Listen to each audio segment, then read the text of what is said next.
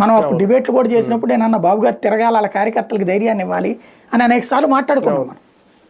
లేకపోతే ఎట్లాగా కేడర్ని వాళ్ళు ఏం భయపెడుతున్నప్పుడు ఈయన ఉండాలి కదా అనేది. మనం ఎప్పుడు ఎవరికి ఇబ్బంది అవుతున్నప్పుడు అది మాట్లాడుతుంటాం. ఆ రోజు మనం మాట్లాడాము అది.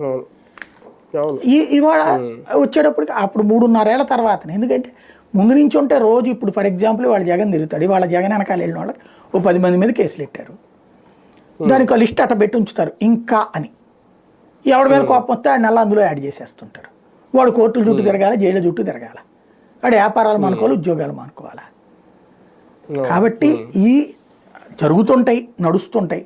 దీనివల్ల పార్టీలు పెరిగిపోయేది లేదు, తగ్గిపోయేది లేదు. బట్ ఇట్లాగా ప్రజా సమస్యల గురించి స్పందించడం, వెళ్ళడం అవసరం, మాట్లాడటం అవసరం. తద్వారా ప్రభుత్వం వెంటనే స్పందించాల్సి వచ్చింది కదా. జగన్ వస్తున్నాడు అన్నాకే చంద్రబాబు రివ్యూ చేశారు, జగన్ వచ్చాడన్నాకనే బాబు లేఖ రాశారు కేంద్రానికి. కాబట్టి ఆటోమేటిక్గా స్పందన రావాల్సి వచ్చింది కదా. ఇది బెటరే కదా.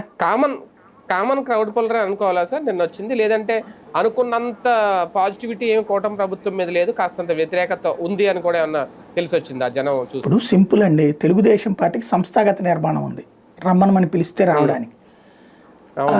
జనసేనకు వచ్చేటప్పటికి సినిమా యాక్టర్ ఉన్నాడు కాబట్టి అదొక చరిష్మా. ఈ రెండు కానటువంటి వాడు ఇక్కడ. కానీ వచ్చారు జనం.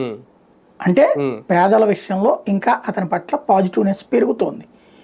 మొన్న తగ్గింది, ఇప్పుడు మళ్ళీ పెరుగుతోంది. దాన్ని తగ్గించే ప్రయత్నం వీళ్ళు చేస్తారు, చూడాలి. రైట్. అది